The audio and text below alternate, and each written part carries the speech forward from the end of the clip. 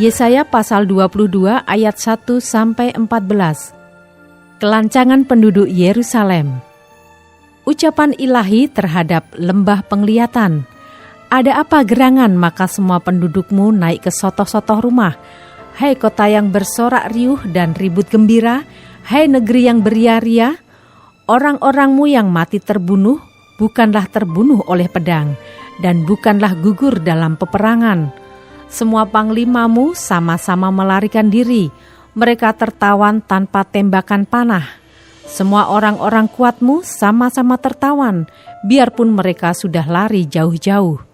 Sebab itu aku berkata, buanglah mukamu terhadap aku, biarkanlah aku menangis dalam kepahitan. Janganlah mendesak aku, supaya aku terhibur mengenai kebinasaan putri bangsaku. Sebab Tuhan semesta alam, telah menentukan suatu hari. Ia akan menggemparkan, menginjak-injak, dan mengacaukan orang di lembah penglihatan. Tembok akan dirombak, dan teriakan minta tolong sampai ke puncak gunung. Elam telah memasang tabung panah, Aram datang dengan pasukan berkereta dan berkuda, dan Kir membuka sarung perisai. Maka lembah-lembahmu yang paling indah penuh dengan kereta, dan pasukan berkuda berbaris di hadapan pintu gerbang. Dan Yehuda kehilangan perlindungan. Pada waktu itu engkau memandang kepada perlengkapan senjata di gedung hutan. Kamu melihat bahwa memang sudah banyak sekali retak-retak tembok kota Daud, dan kamu mengumpulkan air kolam bawah. Kamu menghitung rumah-rumah di Yerusalem, dan kamu merobohkan rumah-rumah untuk meneguhkan tembok. Kamu membuat tempat pengumpulan air di antara kedua tembok itu untuk menampung air dari kolam yang lama. Tetapi kamu tidak memandang kepada Dia yang membuatnya dan tidak melihat kepada Dia yang telah sejak dahulu membentuknya. Pada waktu itu Tuhan semesta alam, menyuruh orang menangis dan meratap dengan menggundul kepala dan melilitkan kain kabung. Tetapi lihat, di tengah-tengah mereka ada kegirangan dan sukacita, membantai lembu dan menyembelih domba, makan daging dan minum anggur, sambil berseru, marilah kita makan dan minum, sebab besok kita mati. Tetapi Tuhan semesta alam menyatakan diri dan berfirman kepadaku, sungguh kesalahanmu ini tidak akan diampuni sampai kamu mati. Firman Tuhan semesta alam. Ayat 15-25 tentang Sebna dan Eliakim.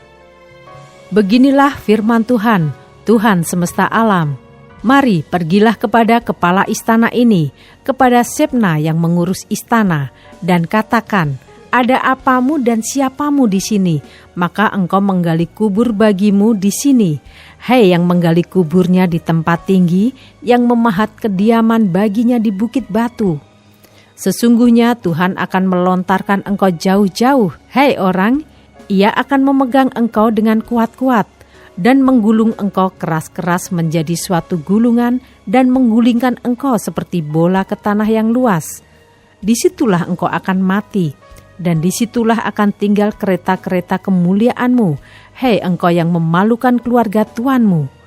Aku akan melemparkan engkau dari jabatanmu, dan dari pangkatmu engkau akan dijatuhkan. Maka pada waktu itu aku akan memanggil hambaku, Eliakim bin Hilkia.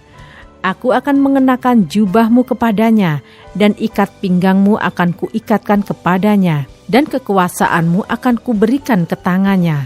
Maka ia akan menjadi bapa bagi penduduk Yerusalem dan bagi kaum Yehuda. Aku akan menaruh kunci rumah Daud ke atas bahunya. Apabila ia membuka, tidak ada yang dapat menutup. Apabila ia menutup, tidak ada yang dapat membuka.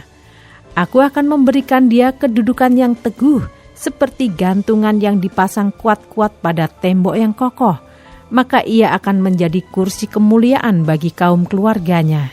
Dan padanya akan digantungkan segala tanggungan kaum keluarganya, tunas dan taruh, beserta segala perkakas yang kecil, dari piring pasu sampai periuk belanga.